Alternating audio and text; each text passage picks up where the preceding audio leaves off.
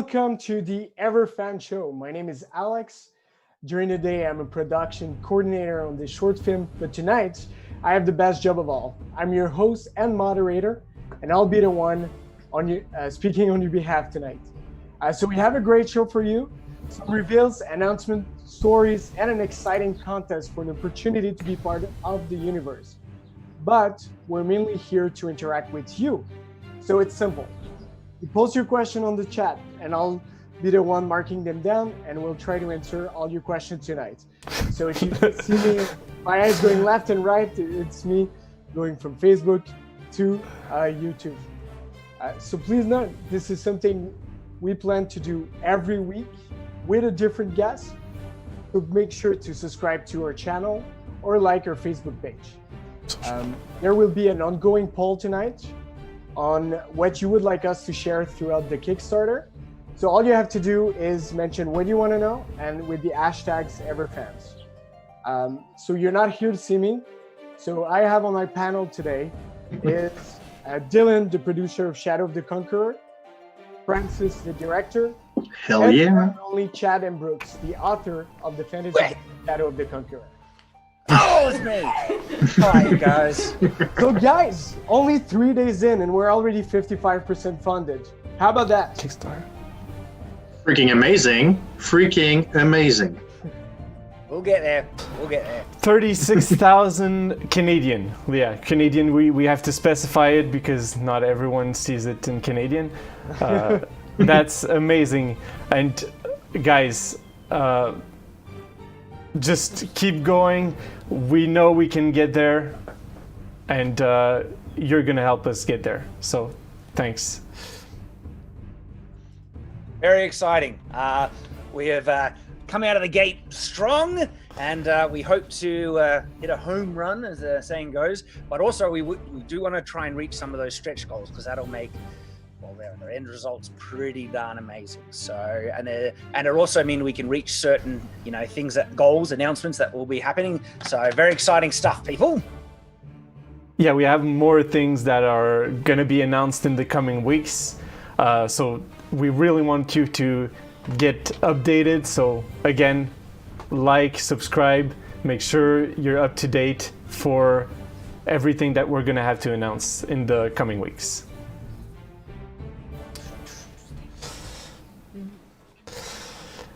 So Alex, where are we going next?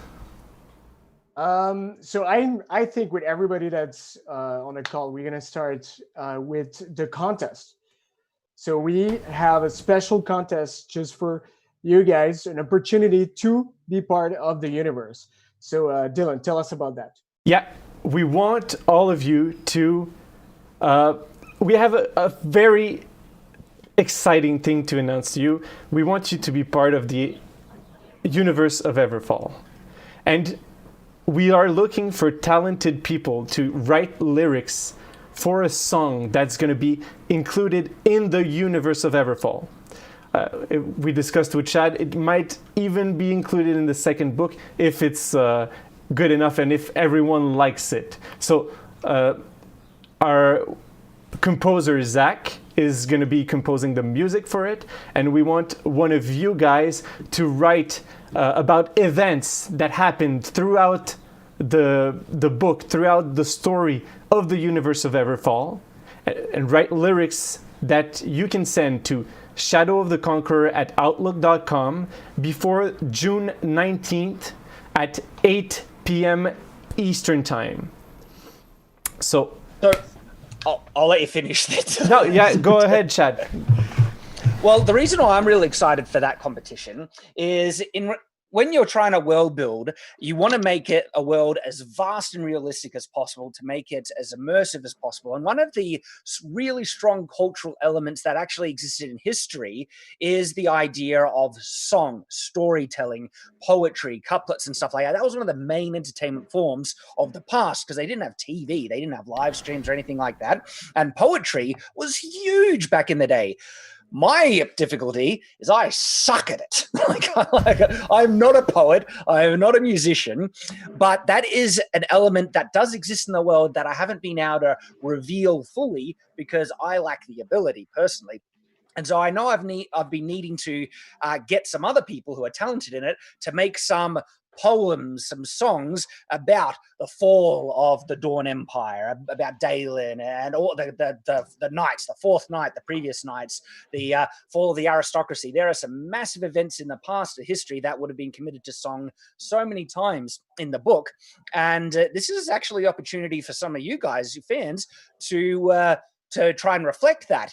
And these are kind of things, especially the winner of the contest, that I want to put into book 2, okay, to actually reflect these elements of the world. So it's pretty awesome. And I know that there are just some incredibly talented people out there, especially you guys in the chat who are fans of Shadiversity. So it's a pretty cool opportunity. I think the competition is pretty exciting. So again, I'll just repeat, just to be clear for everyone. So you have to send it to shadowoftheconqueror@outlook.com before June 19th at 8 p.m. Eastern Time.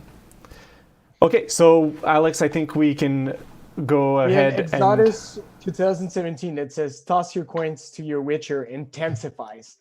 Before we move on, I did see a question in chat that I'll quickly jump on, asking about what genre of music. So basically anything that has a good historical kind of feel to it, but the advantage is you could go like folklore, really Celtic medieval type, or you could go into more Elizabethan poetry, prose and stuff like that. But generally you'll be looking at something that is of a more medieval / European kind of flavor, because that's where the Hamaran culture is kind of based off of. Now, there are other cultures, of course, that you could draw from other real historical world cultures for their styles, like Chures would be more even African, almost Middle Eastern. That's the kind of themes there. If you go to the music from the Lorraine Empire, would be more Leonta, which is another big culture. That's very Asian kind of inspired and influenced and stuff. But if you're wanting the main kind of style that exists in Hamara, which is where the main setting is, you would be looking at anything that's basically has a European kind of flavor in many different points in history. And so you could look at the French style operas, or even so there's a lot of options there, but that's the kind of flavor you'd be sticking with. Yeah, that covers it. This is the danger. When you ask me a question, I'll probably end up giving a really detailed answer, because that's just what I do. Actually, we didn't ask an answer. Just say. Oh, yeah, well, that was the chat. I'm answering the chat. Okay, so let's start from the beginning. So some of our audience, I'm sure most of it already know you, Chad, but some of them might not know the book or the story itself. So how about we start there?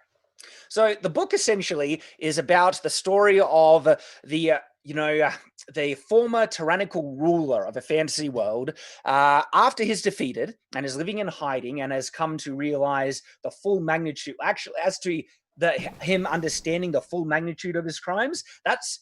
That actually happens throughout the story, but at the beginning of the story, he realizes how evil he was, or that he was evil, and is regretting it tremendously. And he thinks he's at the end of his life at the beginning of the book. He's 82 years old, and he embarks to basically end it all, but certain events happen that change his intentions and plans, which sets him on a path towards redemption.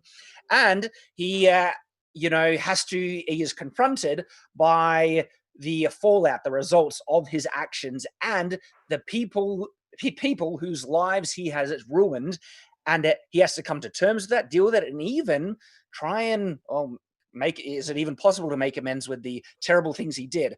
And when I talk about like a former tyrannical ruler, this is one of the big distinctive kind of features about my book, because I knowingly chose not to pull any punches when I was like, if he's going to be an evil tyrannical emperor, I don't want to do the dark overlord from classic fantasy. No, I'm going to pull from history and look at what like really powerful overlords did in our own history, because that is the most realistic result that can happen to people in these positions, because it really happened in the real world. And so Daelin was very much like a combination of many different characters I looked at through history. Napoleon, Henry VIII, Genghis Khan, Stalin, even Hitler. Okay, I was looking at these figures to try and figure out what is the nature and character of such a villain, and then that created a huge challenge.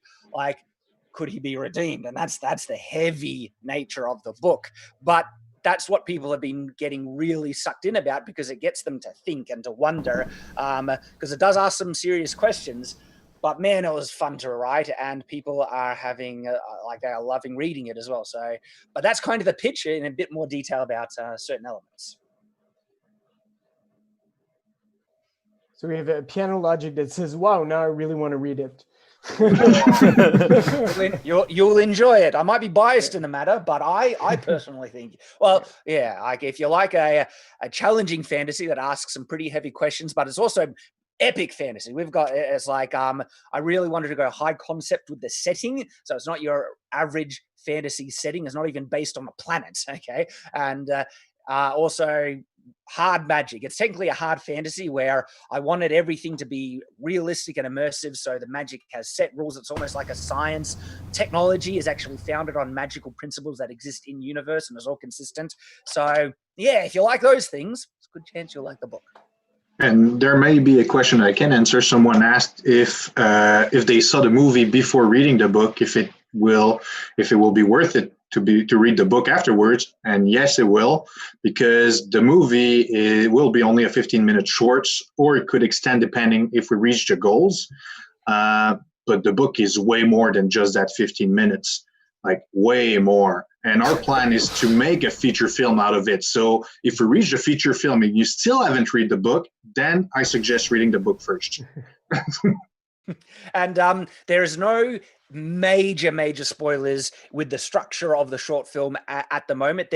We've picked some really cool, great, engaging scenes to give you a taste of what the story is like, but also what a feature film could look like if we ever get there. So you're going to get all the kind of flavor and feel of what Everfall is like, but no major spoilers. So it won't ruin the book for you. In fact, it'll probably encourage you to want to read the book after seeing the short film. Yep. Okay, so Alex, what was next on the schedule? Just so. All right. So I'm sure what everybody wonders. So how did it all started? So this is about the short film. How did this come about? Yeah. Oh, the short film came about. Now I'm directing it to Dylan. Yeah. Yeah. What is it about the? How did it start? I think How did it started with an email, right? You read Yes, the book, it started with obviously. an email. Well, actually, I'm a big geek. Basically, I love fantasy. I love fantasy movies, medieval stuff, and I play GURPS. Actually, I won't say I play D&D because I stopped playing D&D in favor of GURPS, but it's a similar thing. I love role-playing games, basically, and I don't read a lot actually. So I really tried Shad's book just because I knew him from so many years of listening to his channel. And most books don't hook me, and I don't get past chapter 2. But with Shad's book, it hooked me right away. And I read it twice in a very short amount of time. And for me, that's exceptional. So, and at that moment, I had been looking for an excellent script to produce for about 3 years. So for me, it was a no-brainer. I had to jump on the opportunity. So I emailed Shad, and we're going to show you exactly the email I sent him.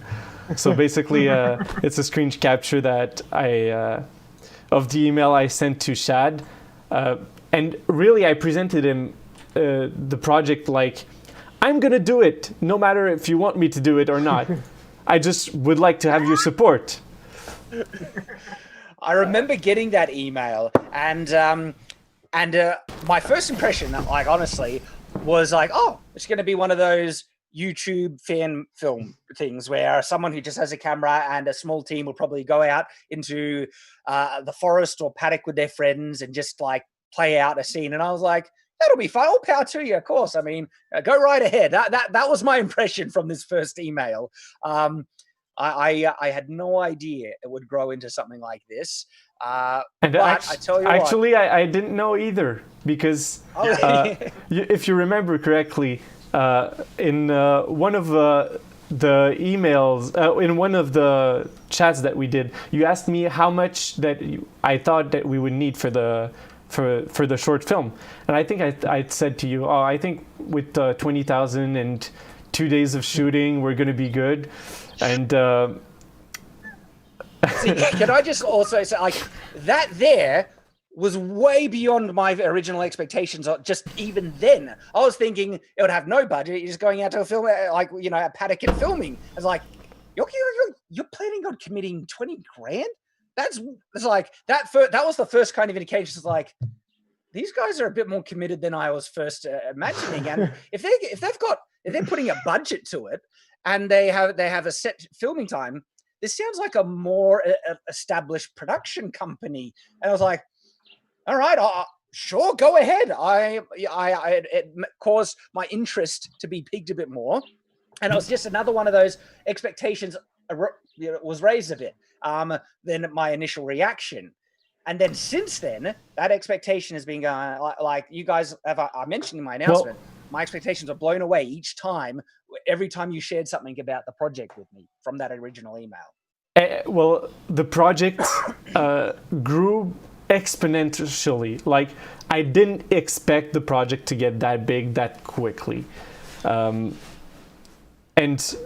COVID was a big part of it.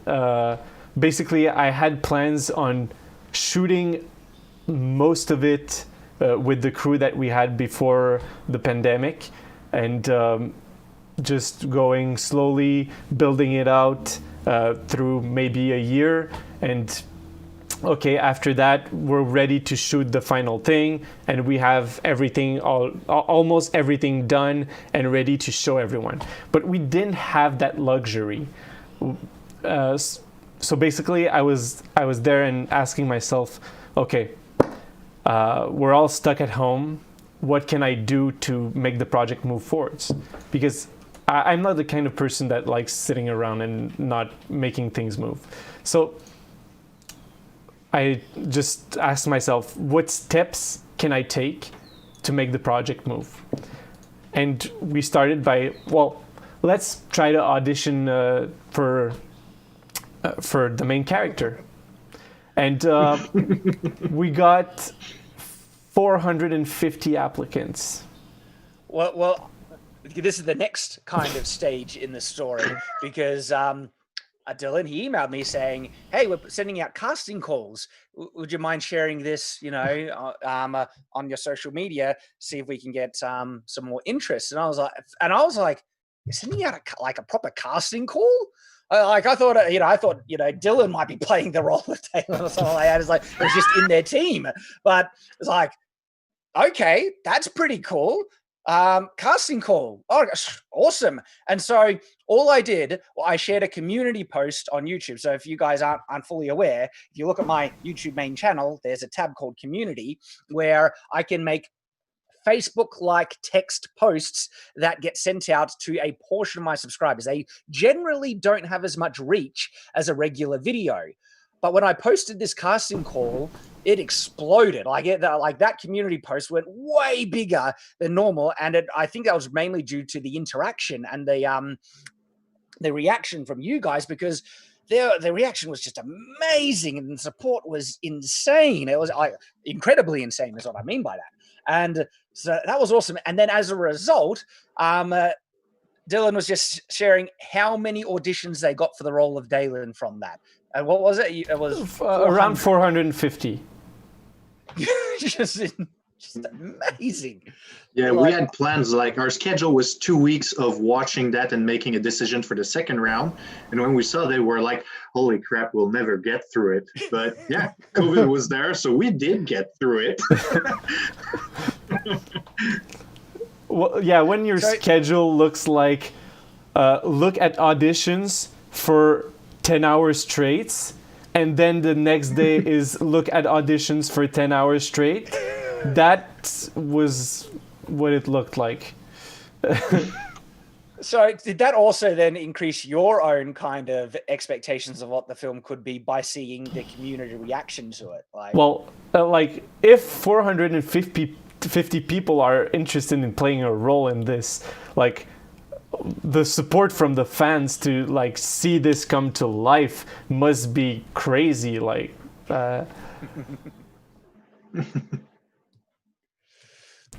Yeah, it was amazing. There was so much interest in seeing a short film just with that community post. So that kind of got the ball rolling. And it was after that when I realized that you guys are trying to make something of not only good quality for a YouTube kind of shot. You guys are trying to make something of professional quality. And that was getting me on board even more. But then you guys started showing me all the work you were doing behind the scenes, the concept art, the prep work. And I was like, that's when I was fully realizing the scope that you guys are aiming at. And I was like, this is amazing. Yeah, and that's when, it's crazy. That's when you got my trust. Yeah. No, that's all right. Sorry for cutting you. You go. You go, wherever you are. I'm on your side. I think it's, you're right. Okay. So about that, we have Ted Irving who said, can we see some of this stuff that we share with Chad? So we are going to share some of the stuff tonight, but some others will be shared on our next live show. So I repeat, we plan to do this at least once a week, where we're going to share some stuff behind the scenes, sneak peek. So make sure that you subscribe to our channel or our Facebook page. Yeah, and there is a question. Sorry to jump in. There is a question that I am seeing. I'm not sure if Alexander already has it, but I'll jump on it now because I think a lot of people are very, very it's come up a lot of times about what is the state of book 2. And so I have begun book 2. It hasn't progressed very far just yet. A lot of it is plotting, deciding what to happen in the story. Now I have some huge beats and events that are happening in book 2 that I reckon are going to blow people away. Some heavy stuff is going to be happening, and I'm really excited for it. And I have begun it, and there's going to be favorite characters, of course, will be in there, new characters, and I also feel it's going to be going in a direction that some people might not expect. Some people will. It depends, but it's always fun when something unexpected things happen in a story, because I know that draws me in. It's let's see how that plays out. And I also have a tentative title for the second book. I'm not sure I'm ready to announce it yet, though. So we'll see. We'll see. What a teaser. Oh my God. You can't do that.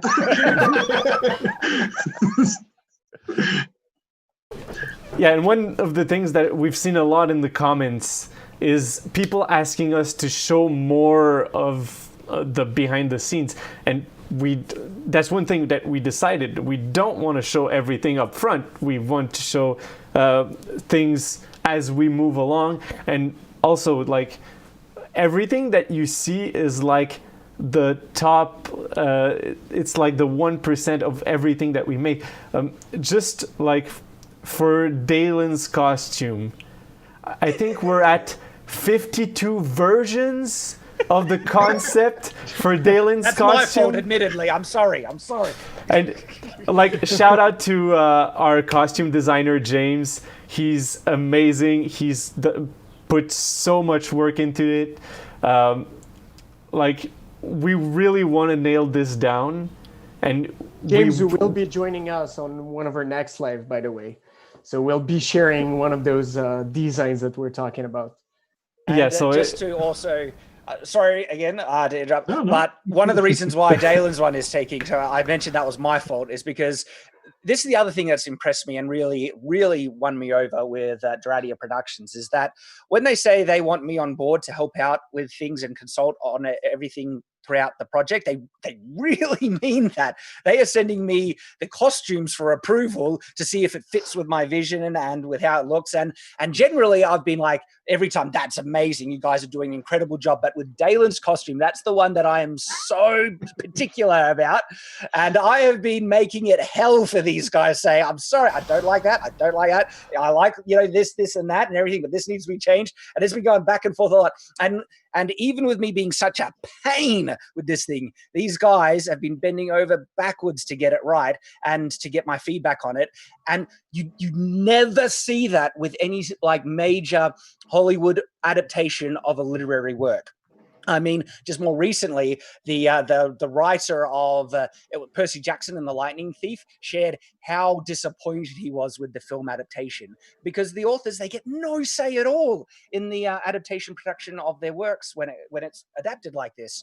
And so, let alone in having a measure of input, I'm getting full input, which is just it's an author's dream. Basically, it's an author's dream when they're getting their work adapted to be able to have that level of input, and then seeing that input be like adopted like so quickly. It's just amazing. So this thing is going to be so good. I'm really, really excited for it. So we're going to go to the audience questions. So we have one of them that asks, does Shad have the lead role? So I know for a fact that the lead role went to Dawson, a talented actor from Minnesota. I could not do justice for Daelin. I don't have the physique. I don't have the age. I don't have the look, the voice, or the acting ability for someone who needs that emotional range. Daelin is a complex character to portray well, because there are so many layers and subtle emotions, like loud, in-your-face emotions, but also emotions that he hates to show on the surface, but are there. And so the actor, Dawson, he needs to show that, like, underneath this almost cocky, arrogant veneer that he has as a coping mechanism, there is insane guilt and tiredness that is there underneath the surface. And I tell you what, I'll leave it for these guys to share some really exciting things about, Dawson on that. Yeah, front. and Since we're on it, actually, I could pick it up there. Yeah, go ahead. We could share our impressions. Well, actually, so yeah, my first impression was, holy crap, he looks apart. Like, if you look at the physique, his face is like, he looks like Daelin. And even if you compare it to the cover of the book, he just looks like him. And when he started impersonating Daelin, it was almost a no-brainer that he was a conqueror. He can show that anger and the pain that Daelin feels throughout the book.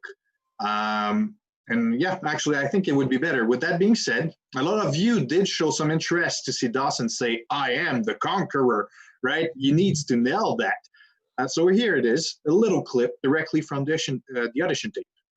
You say the guilds force you to work like slaves, but you could quit at any time and demand better conditions under the law. Daelin truly enslaved all of his people, and any who dared not do the work he ordered were executed. This is outrageous. Your father would be so... I am the conqueror! And I tried to kill myself, but instead of the sweet release of death, I was cursed with youth. You want to know what the conqueror thinks of you and your pathetic little cult? Well, here he is! Oh. Like, one of the things that was very crucial about Daelin is that he's meant to look like a 17-year-old. So he had to look youthful, yet everything else about him, his posture, his way of speaking, his confidence, had to sound like someone who had lived it all. He's 82 years old with just incredible experience, but then he has this confidence. So his voice needed to sound in control and mature and stuff. And when I saw Dawson's audition, I was blown away. I could not have imagined an actor to fit the role of Daelin so perfectly. Like, you guys saw that. That was just insanely amazing. Yeah, he's just amazing. And this is just the audition tape. It's not like we didn't haven't practice it worked with him. anything out of there. Yeah, we didn't practice anything yet. We're just waiting a little bit, and with all that's been going on, we're just taking a break since he's from Minnesota and everything, and like it's a bit crazy in the US. We're just like letting it slide a little bit, but yeah, it's going to be even better, and I don't see how, but it will be. It will be, I'm sure. Like the chat is saying they got chills. I got chills as well. Like, you know, I wrote those lines, and seeing them delivered in not only such like perfect emotional tone and engagement, but with a character, an actor that matches the appearance so perfect. Like, I'm still in a state of awe, I think, with it. And I was just like, I didn't expect that to be nailed, so, like to find an actor that fit the role so perfectly. I just And I just want to say that Dawson is on the chat right now, and everybody's going wild. I think Dawson even said that he was crying right now. Yeah, and by the way, we're gonna have a live stream next week, if I am correct. Alex, you can correct me on that, with Dawson. So if you want to meet Dawson and if you want to ask him questions directly, next week, tune up exactly here. We're gonna have him to answer your questions. And I've chatted with Dawson. He is a legend, guys. Like he's a huge Shadiversity fan, so that's also great. But he understands the character and book so well. He's the type of, you know, fan who, when they read it, has given such thought and depth to trying to figure out what's going on here. And so he understands Daelin so well, which is why I think he's able to trigger the resonance and emotion and character perfectly like that. So Dawson's just amazing. Really. So there's a trend going on right now. So we have Banjo of the Blitz that said Chad must be to Shadow what Stanley was to Marvel. Let's get a chant going. Chad cameo, Chad cameo, Chad cameo. And it's just been going on. Should I say it? Yeah, I think it's time for another big reveal, actually. Shad will be in the movie. So yeah, he will be in the movie just for you guys, and he's actually pretty good, so even better. I appreciate that. And not only for the short film, it's actually going to be a larger role. For the overall story, it's a smaller role, but I'll actually be playing a certain character. And even though I'm putting on more of an elaborate comical kind of a voice, it's going to be, I'll tone it down a bit, and it's going to be a bit more serious. But this is actually the voice of the character. Can anyone pick out who this voice matches? Maybe. Who do you think? Well, we can maybe There's a lot of reaction here. Elie, Chad cameo, yes. Anyone guess? Nobody guessed so far. Maybe we can even show a costume of that might help people. Yeah. So that's the costume that one of the concepts. It's not final yet, but it can give you an idea of what it should look like. If for those who are too unfamiliar with the book or haven't read it, I'll be playing Detective Dane, who interrogates Daelin and Lyra in the course of the book. And so it's the role that actually I physically fit quite well. And in the first book, he doesn't have too much of a role to play. He's just there to do the job what he needs. But it's funny. With me playing Detective Dane has encouraged me, but I've also needed a character to fill this role in the second book anyway, and so I think I have to give Detective Dane a more prominent appearance in book 2, and so if that gets adapted into a film, I guess I'll be playing a more prominent role in the second film as well. I have to give him some sword fights. He has to have a sword fight scene now. He needs to. Yeah, he needs to. Book 2. We'll give him the opportunity to say magicalation. We will give him that opportunity. I don't see how we can do that, but not in the short, but we'll find a way somewhere. Well, I was referring to the second film, but so there might be things that are possible.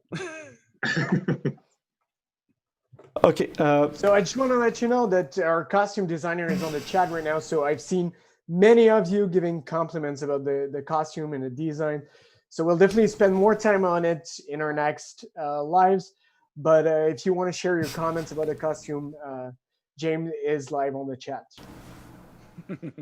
So now I want to back up a little, and I'd like to know when you guys started. So when Francis got on board, like what were your priorities going into this? Well, I'm going to start. Well, from the start, for me, my vision has been to be able to give the fans a glimpse into the universe of Everfall. From the visual of the entire world to the costume, everything has been thought over and over to make sure we make that glimpse as accurate as possible. I don't want to make a movie you just sit in front, watch, and then turn off your TV to go to bed. I want to transport you inside that universe. I want you to stand up after the short and wish you were there yourself, living it. A bit like the Lord of the Ring did to me when I was a kid and did again this year when I rewatched it. And just on that note, like, because their approach in Lord of the Rings was the right approach. They said they wanted it. When you see the special features for, the Lord of the Rings films, that they, instead of trying to make a film, it's like they pretended they were trying to make a documentary to reflect the real world. Everything was like fully committed. They wanted it to be that level of immersion. And because that was their approach, the level of immersion that you feel in Lord of the Rings is exactly what they achieved. And so that's exactly what I would hope for as well. And to hear Francis say that that's his approach, again, it's awesome. It's really, really cool. Yeah, actually, from the very first live, someone mentioned in the comment that they hope that Shadow of the Conqueror become the Star Wars and the Lord of the Ring of our time. And this is exactly what I'm aiming for. I want this to be remembered in 10, 20 years from now. And it all starts here with that short film. And we're going to put everything we have into it. If you don't mind, can I interject and just thank again? I've seen a few pledges come in to the Kickstarter, so I just wanted to thank the few backers that just came in: Stephen, Jacob, Brandon, Reed, Dan, and Carl. Thanks all of you for the donations you added to the Kickstarter. You all are bringing this project one step closer to being a reality. Yeah, thank you so much, guys. It's so exciting. And just on that note, about me appearing in the film, so that means I'll actually be flying over, to Canada for a week or two for the full length of the shoot. And it means I'll be able to share my input, answer any questions on set itself about how certain things might need to play out and other things. So that's going to be really exciting. And I'm also going to be able to do some other really awesome things on the set because I'll be there as well. So there'll be, I specifically dedicated Shadiversity videos on subjects that I wouldn't have been able to explore, like the nature of creating, a fantasy world and other things like that, what a set looks like. So there'll be awesome Shadiversity content that'll be coming out on top of just filming and being in the film as well. It's really, really exciting stuff. The Serpent says it's filmed in Canada. Yes, it is. It will be filmed in Quebec. Pour toutes les gens qui parlent en français, on va Salut! faire des petits affaires en français pour vous aussi. I don't understand a word. What are you saying? Yeah, I was just giving a shout out to people that speak French.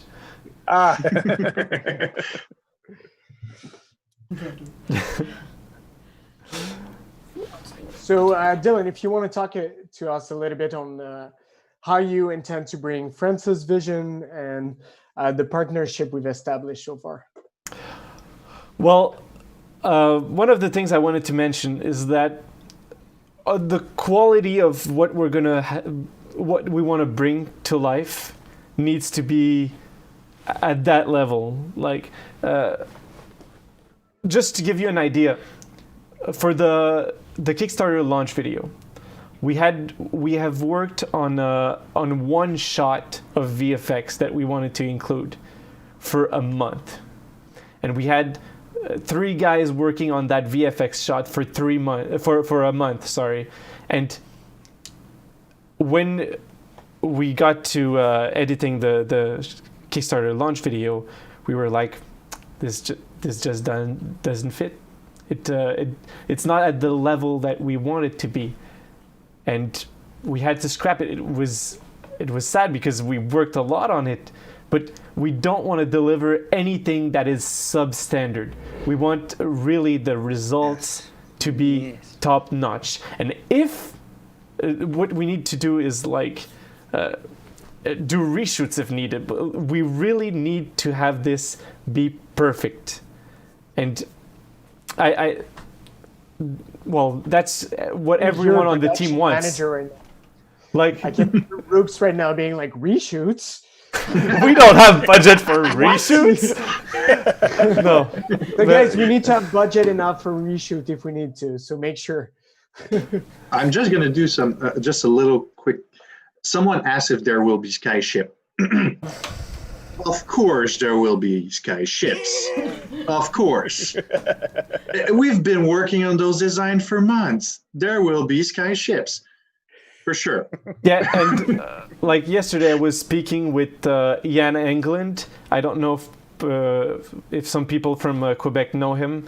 And one thing he told me was simply just make movies. And he told me that's a quote that Steven Spielberg told him.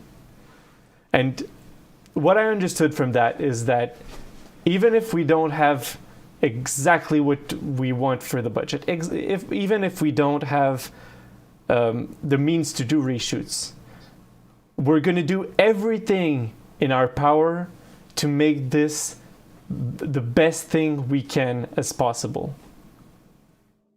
That's all I have to say. See, and do you see why these guys won me over? Because that's everything an author would want to hear. And when Daelin talks about scrapping things that they've worked on for ages because it isn't up to the quality that they want, that's commitment.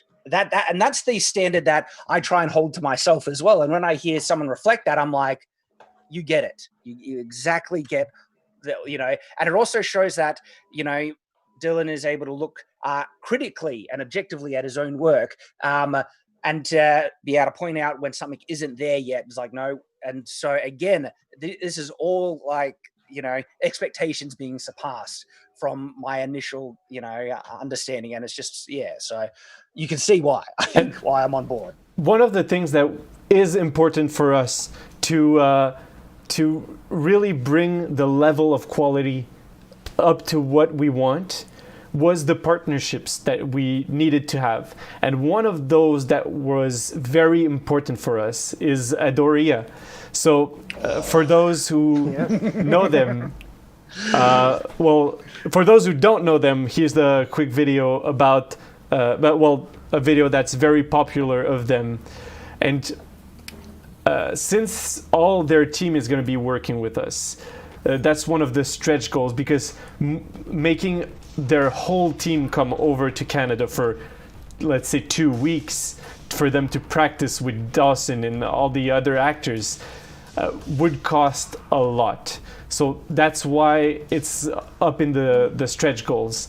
But even, that's the question that we got a lot, is even if we don't get to that stretch goal, they're still going to work with us. They're still going to help us bring the fight choreographies to life, because makes me so excited. Like Diratia, they have set what I consider to be the gold standard in movie sword fights, okay? Because they were able to bring in such authentic, real historical swordsmanship and marry it with the cinematic pace and length and exchange that we love to see in cinema style, engaging epic sword fights. They did it more perfectly than I've ever seen anyone else do ever. And so when getting Diratia on board, I was like, this is just going to be epic. And what's great is that so many of you guys went, like in my reveal video, is like, hang on, Diria's on board, involved? Sold, because you guys are like, get it too. And that's exactly how I'm feeling. These guys are amazing.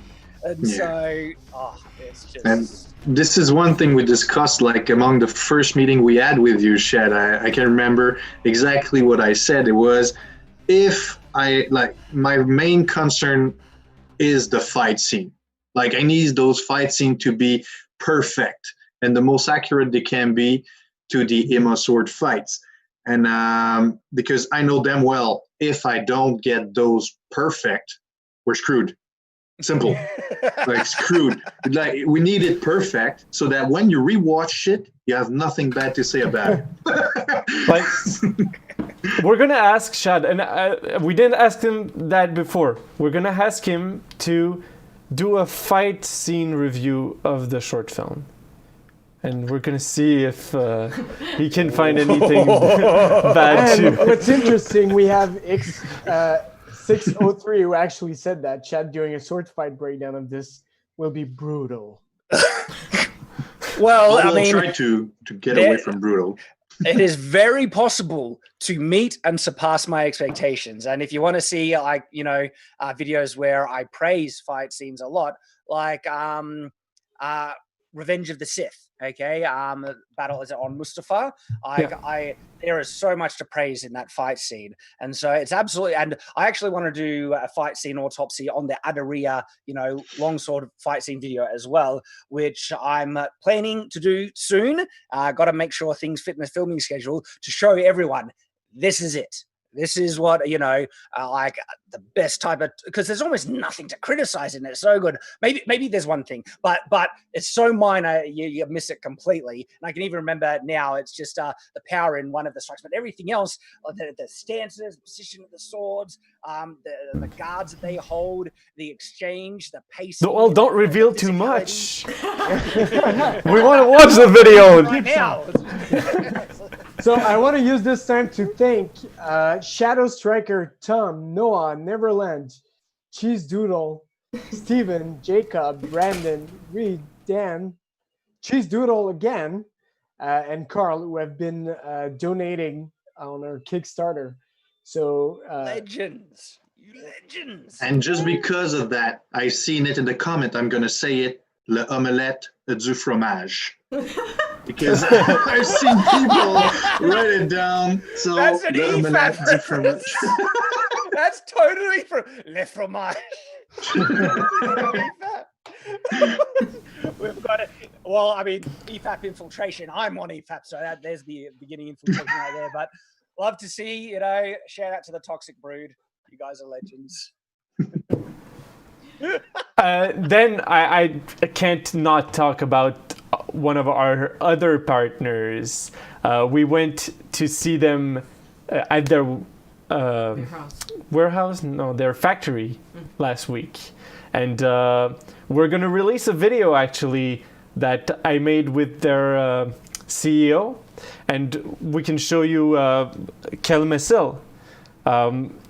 That's their Witcher sword that they're presenting. But you can see the quality of the large swords that they make. Basically, what we had in mind is for Daelin Sword.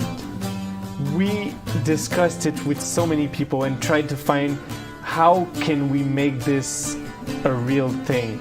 And like making it out of metal, Todd from Todd's Workshop told us like it's gonna be heavy, so much that even what's his name, Andrew Cavill? Yeah, that's it. Henry Cavill. Henry, sorry. Henry Cavill. Wouldn't be able to lift it with one hand. You had something to say, Shad? About? Yeah, so the first thing, right, using foam swords in film production is a standard, tried and true method. They did it on The Witcher recently in the Witcher TV series, and Todd from Todd's Workshop, who we were talking with, and he had such great feedback. Todd was a legend, right? He actually was showing us some of the foam stuff there because he could make foam as well, and some of the difficulties and challenges and stuff.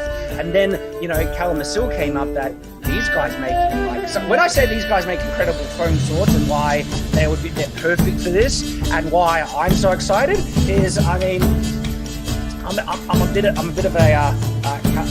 Kelmesil fanboy. When I say that these swords that I love and I that I like, right? These are all ones that I bought, with my own money because they're that good. And I didn't know your collection was that much. Guys, I will stop you just a little bit right there. We're just going to lower the music and we're good. Okay. Okay, cool. But yeah, Kalamazoo is amazing, right? And having them to collaborate, on this is brilliant. And this is another kind of awesome, huge announcement is they're making Imperius, guys. They're going to make one of Imperius, and it's going to be available to purchase as well. So they're the ones that they're making for the film are going to, of course, need to be of as high detail as possible, and there's going to be a couple of different variants and versions. So that's really, really exciting. But also, there's going to be a retail version as well, which is just like a Kalamazoo Imperius, awesome. And I've also been a fan of Kalamazoo for years. I've used them in LARPs here. I don't LARP a lot, but when I LARP, let's say my costume cost me over for numbers. I was talking with Patrick from Kalamazoo, and he was saying the same thing. He's had one of his partners, I don't remember which one it is, either Dracolite or Artisan d'Azur, making costume of The Witcher for him, which cost him $6,000, I think, or something like that. But if I looked at it when I visited them, and it looks better, in my opinion, than the Witcher series that they did. The costume that he has. And so the Kalamazoo versions are specifically for the action choreography. And you can actually see this in so many films. The Outlaw King is the one that comes to mind because I did a fight scene breakdown. And when you're going through frame by frame, when the swords clash, when you freeze the frame, you see them bending and twisting, because that's what they are. They're actually using foam props in those action ones, which is exactly what we're going to be doing in the short film. But when things are sped up, they look so realistic, and you don't even know. It comes very authentic. They look beautiful. One thing, Shad, is you've not seen what I've seen at their factory. That's the other thing. When I'm in Canada, I'm going to go to the Kalamazoo factory as well, and I'm going to be able to do a whole video on LARP swords, some of the best LARP swords you can buy in the world, how they're made and everything, in person in the factory, which is going to be again awesome. So before that, we're going to be coming up with a video also of Dylan's visit with Kalamazoo. If you want to watch, you're going to have some exclusive preview. Yeah, because Shad's video is going to come, but probably a lot later in the year. But ours is going to come out next week. So, it's going to... I don't know if it was mentioned, but we are offering a free sword manufactured by them for all backers from 750 and above. So anything above that, anyone who backs us above that will get their own Kalamazoo sword. All these all the behind the scene goodies, like the tour of the Kalamazoo factory and everything like that, guys, you need to subscribe to Diratia Productions YouTube channel so you don't miss all those awesome updates. Yeah, I think we just since we started the live, we got 150 subscribers. So thanks a lot to everyone, guys. Talking about that, so I want to thank Christian and Dominic. Dominic, who thought I forgot about him, but I just updated Luke. I don't want to mispronounce that. Sif Ferber, Jason, and Jacob for their donation. Thank you. And quickly, I've seen a lot of people ask about Daelin Gauntlet. This is something we're actually discussing. We're not sure yet how we can introduce it, but it is something we're discussing about, and it is something that actually I would like to see in the movie. And I'm pretty sure I can see there's a lot of people that would like to see that in the movie. So, but yeah, we didn't forget about it. So just on the note of the gauntlet, and this is so the gauntlet plays a very specific and important role in the first book, and so if this is ever pushed to a feature film, the gauntlet is an absolute certainty. But for the scenes that we have selected for the short film, the gauntlet isn't actually necessary for those specific scenes. So it depends on budget constraints and other things like that. The gauntlet is actually a really difficult, complex thing to make and reflect, and will cost a decent amount of money. So it's kind of, again, one of those stretch goals. And the reason is because it's not necessary for those scenes. There is the option to not need it, and then we can devote some of those funds to other things that are more necessary. But if we get the right stretch goals, then it becomes a far more realistic option to pursue. Yeah, like Exactly. and it's not even how complex the gauntlet itself is. It's also that it's made out of sun-forged material. So it has to be like translucent and glowy and all of that at the same time. It's like nothing to help us, guys. So I just want to go to some questions because it's already 8:56. So a question that came up a lot is, where will the short film actually be shown?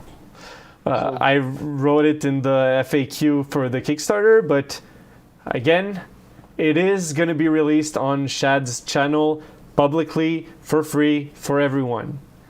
There won't be a paywall for everyone to watch it. Our goal is not to be like, we're going to make you pay for the production and then we're going to make you pay to watch it. That's not our goal.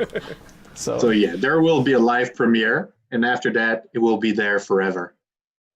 Well, like, how awesome is that, guys? Like, I mean, I don't think you would ever get that. Like, well, perhaps you could in some exceptional circumstances going through traditional means of production and stuff, because they do release teasers and short films, try and tease things like that. But for the amount of effort that's going in, it's going to be for free. It's going to be on Shadiversity, which is, like, awesome. Yeah, I'm saying that a lot. It's like, it's awesome. It's awesome. It is. I have to. It is awesome. I have to say it. There is a question I have to ask Shad. It's actually a pretty serious one that I've had on my mind since the beginning. But what about the dragon, Shad? What about the dragons? The most important question. Yeah. So there are dragon-like creatures in Everfall that do get mentioned in the book, called Trakes, and Daelin corrects someone saying they're actually herbivores. So the dragons, they do exist. Where and how and why and if, all to be revealed. But it's important. In book 3. Thank you, Francis. Thank you for the question. Well, thanks to you. Now I can't sleep. I need to know. So we have Mr. Gentleman that asked, what about Daelin's counterpart? And my favorite character is Arik. Well, that's gonna be revealed later. So that's something that depends on the stretch goals, actually. Yes. But yeah, it will be revealed later. Because we might, there are two things with that. We might be going for famous actors, actors that are known for big series or movies, depending on how far the stretch goals go. So that's why they're not cast yet, and why we're waiting for to see how much we're going to get. So the higher we're going to get, the better we're going to be able to, the more reach we're going to be able to have to get famous actors for these roles. And that's really exciting, like, for me personally, to get some actors that I have loved their work and other things I had to play some key roles. It is a possibility. This is actually a very strong possibility if we exceed the minimum budget and reach some of the stretch goals. So again, it just comes back into keeping up interest in the Kickstarter, sharing it, and of course, donating it if you're able to spare any dollars at all. And we're so grateful for everyone who's donated. It has floored me. Like, just with all the support that's already been, shown and contributed, and we hope to even go further because we want to reach that level of quality. And it's funny actually. It's pretty cool talking about certain actor names with Daelin and Francis. Like, what about so and so? Like these are big name actors. Sometimes it's like, maybe possibly we'll reach out because it has been known that some really big names have been happy to join even smaller projects because they don't take much time in filming and other things. Sometimes they can fit them in easier. And a lot of them can be passion projects that they're interested in. And a lot of big names, they're getting attracted to they're starting slowly to figure out how awesome YouTube is and starting to collaborate with other YouTubers. Even the big names are on the platform already. Jack Black is, doing stuff with PewDiePie and all that stuff, and other examples as well. So there's some potential there. There's some potential. And it's another thing that I've seen in the comments of the launch video is people asking if other YouTubers are going to come and collaborate with us. And there's a lot of them that I got in contact with, and we're trying to get more depending on our needs. One of them that was mentioned in the comments was Corridor Digital, which I would love to make to be partners with them. I didn't get in contact with them yet, but if everyone pushes them towards us, I won't. And another like Peter Hollins for the song for the song that we're gonna have you guys write. Like, these are names that we would like to work with, and even others that we have agreed to work with that we haven't announced yet. And that one in particular, everyone who knows my community will know of, who is very interested in being a part of it. If we can reach the stretch goals and the scheduling fits together, he's on board. And that's really exciting. And when I say everyone who knows my content will know who he is, you do. You know who he is. And we're talking about giving him even some lines to say in the short film itself. So really exciting. And we won't say anything here in the live stream. We'll leave it to him to announce it about his potential involvement. So pay attention, and you might get some really awesome news. Yeah, it's gonna be funny to see all the people trying to guess who is gonna be. Who is it? Who is it? And it's very interesting, actually. A lot of names are popping up. Peter Hollins. We have Scalagrim. So we have a couple of names that people are not just revealing anything right yet. now. So we're not revealing anything. A lot of people are asking about Jazza. We didn't even approach Jazza. I'll ask him. At first, I thought to approach Jazza for the poster, but I didn't. I went to other YouTubers, and that's we have Benny Productions actually that is the one that made the poster for us. We can show them the poster, so we have the poster here, and we can show them Benny.